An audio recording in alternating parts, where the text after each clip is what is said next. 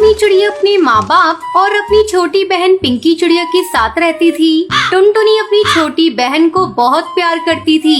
उसके माँ बाप किसान थे। जब वो खेत पर काम करने चले जाते थे तब टुनटुनी अपनी बहन की देखभाल करती थी। एक दिन जब टुनटुनी के माँ बाप खेत से घर वापस लौटे तो टुनटुनी अपनी माँ से कहती है, माँ, दूध खत्म हो गया है और पिंकी कब से रोई जा रही है। तुम मुझे पैसे दो, मैं पास वाली दुकान से जाकर दूध खरीद कर लाती हूँ। टुनटुनी अपनी माँ से पैसे लेकर जाने लगती है। तभी पिंकी चिड़िया रोने लगती है। अरे टुनटुनी चिड़िया, इसे भी अपने साथ लेती जा, थोड़ा ये भी बाहर घूम लेगी। अच्छा माँ, मैं पिंकी को भी अपने साथ ले जाती हूँ। थोड़ी देर बाद जब टुनटुनी चिड़िया दूध लेकर लौटती है तो देखती है कि उसके मम्मी पापा को किसी ने जान से मार दिया है। दोनों खून से लथपथ पड़े थे। अपने माँ बाप की ये हालत देखकर टुनटुनी चिड़िया रोने लगती है।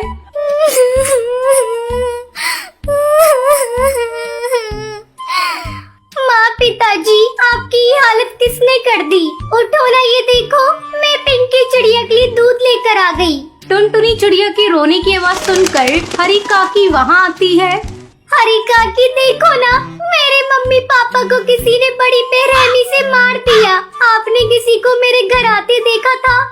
नहीं टुनटुनी चिड़िया, मैंने किसी को तेरे घर आते नहीं देखा। लेकिन तू कहाँ थी? मैं पिंकी चिड़िया के लिए दूध लेने गई थी। ये बहुत रो रही थी हरी काकी, इसलिए मैं इसे अपने साथ ले गई थी। और जब लौट कर आई तो मम्मी पापा को इस हाल में देखा। मत रो टुनटुनी चिड़िया, अगर तू इस तरह हिम्मत हारेगी तो तेरी बहन को कौन देखेगा? हम सब तेरे साथ हैं। टुनटुनी चिड़िया, अगर किसी बात की जरूरत हो तो हमसे कहना। इस तरह कई दिन गुजर जाते हैं। घर में रखा सारा अनाज भी खत्म हो चुका था।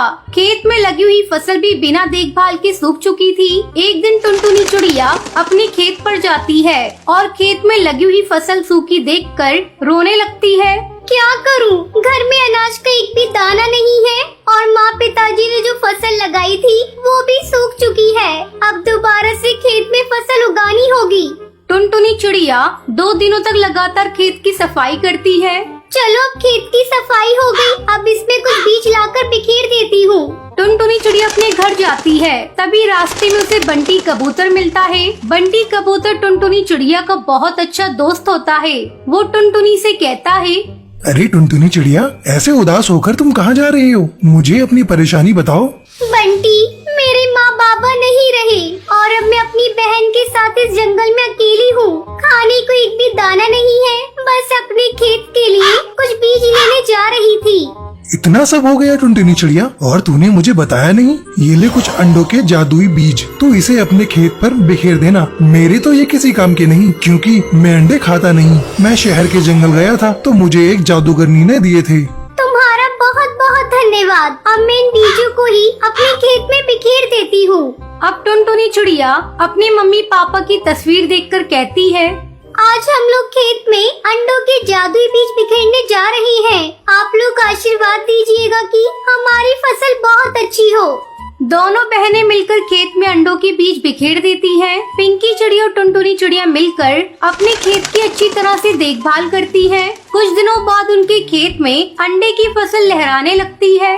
ये देख पिंकी चिड़िया, हमारे खेत में कितने अंडे उग गए हैं। अब अंडे बेचकर हमारी अच्छी कमाई होगी। आज अगर मम्मी पापा जिंदा होते तो बहुत खुश होते।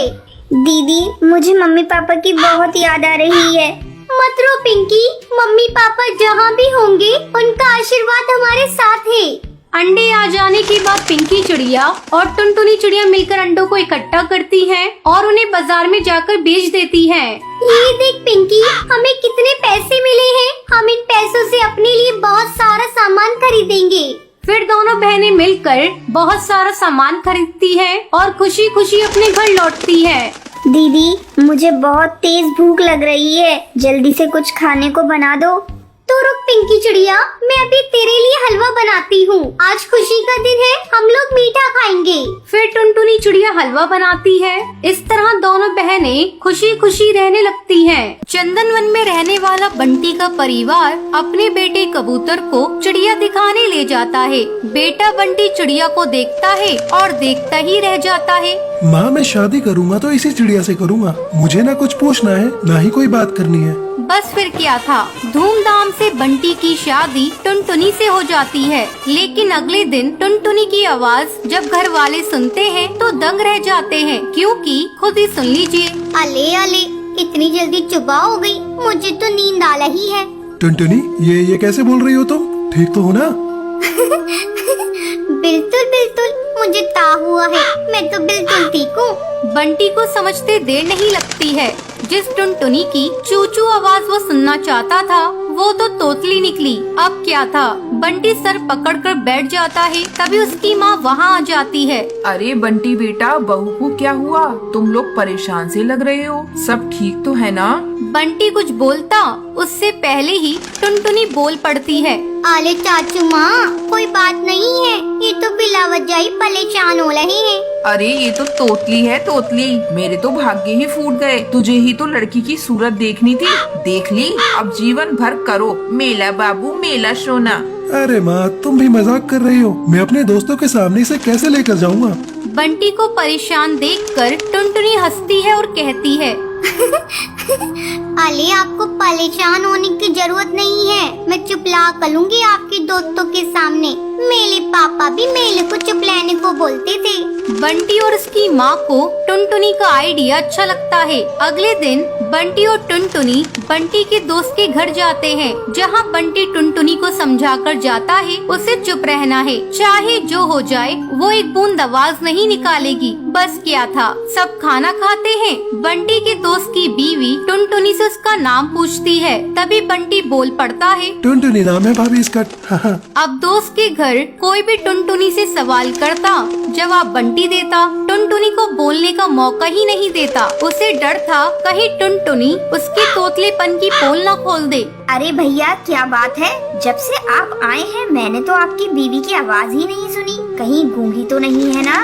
टुनटुनी को ये बात सुनकर बुरा लगता है, लेकिन उसे बंटी की बात भी याद रहती है। उसे कुछ भी नहीं बोलना है, तो लिहाजा वो चुप ही रहती है।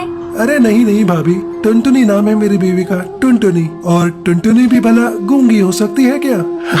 वो तो जरा शर्मीली और कम बोलने वाली है मेरी बीवी। सभी बंटी की बात पर यकीन कर लेते हैं, लेकिन उन लोगों के घर में एक बदमाश बच्चा होता है जो लगातार टुनटुनी को देख रहा होता है। वो सोचता है कैसे भी करके वो टुनटुनी की आवाज सुनकर ही रहेगा। बस फिर क्या था, बच्चा प्लास्टिक के चूहे पर चाबी भरकर उसे टुनटुनी के पैर के नीचे छोड़ देता है। जैसे ही नकली चूहा जाकर टुनटुनी के पैर से टकराता है तो टुनटुनी जोर जोर से चिल्लाने लगती है, अरे तुहा तुहा, पकलो पकलो, तुहा निकाल लिया। बच्चा टुनटुनी के मुंह से तोतली आवाज सुनकर जोर जोर से हंसने लगता है। बंटी का मुंह उतर जाता है। तो तभी भाभी बंटी को समझाती है, तुम्हारी टुनटुनी तोतली है क्या? हाँ भाभी भैया, मैंने तो बस इसकी सुंदरता देखी, इससे कोई सवाल जवाब करना भी जरूरी नहीं समझा। लेकिन शादी के बाद मुझे पता चला कि ये तो तोतली है। अरे कोई बात नहीं बंटी भैया, अब तोतलापन का इलाज है। आप ना इसे अच्छे डॉक्टर को दिखाइए, इसका इलाज संभव है। अच्छा भाभी, फिर तो मैं कल ही इसे डॉक्टर के पास लेकर जाऊंगा और फिर मेरी टुनटुनी सच में कोयल की तरह बोलेगी। बंटी कबूतर टुनटुनी को डॉक्टर के पास लेकर जाता है। कुछ ही महीनों बाद टुनटुनी बिल्कुल ठीक हो जाती है। बंटी जी, आपका बहुत बहुत शुक्रिया। आज आपकी वजह से मेरा तुतलानापन दूर हो गया और मैं अच्छे से बोल पा रही हूँ। अब वो तीनों एक साथ खुशी खुशी रहते हैं। सर्फ ले लो सर्फ, सस्ते में सर्फ। सर्फ ले लो सर्फ, सस्ते में सर्फ। सुंदरवन जंगल में टूनी चिड़िया अपनी बहू टुनटुनी चिड़िया के साथ रहा करती थी। टुनटुनी चिड़िया बहुत ही लालची थी। एक दिन बंटी कबूतर घर आता है और अपनी माँ टूनी चिड़िया से पूछता है, माँ, टुनटुनी चिड़िया कहाँ है? कहीं दिखाई नहीं दे रही है। बेटा तुझे तो पता है शहर में कहीं भी सेल लगती है टुनटुनी चिड़िया पहले जाती है। तेरे ऑफिस जाने के बाद से ही वो शहर के जंगल गई है। तभी टुनटुनी चिड़िया आ जाती है और उसके हाथों में बहुत सारे थैले थे। माँ जी ये देखिए, आज मैंने बहुत सारी शॉपिंग की है। सेल में बहुत ही सस्ती साड़ियाँ मिल रही थी, इसलिए मैंने कुछ ज्यादा ही ले लिया। अच्छा बहू, अब जाकर खाना पका। ठीक है माँ जी, पहले ये साड़ियाँ कमरे में रखाऊं, फिर आपके लिए गर्मा गर्म खाना बनाती हूँ। टुनटुनी चिड़िया साड़ियों को रखने के लिए चली जाती है। तब टूनी चिड़िया अपने बेटे से कहती है, बेटा तू टुनटुनी को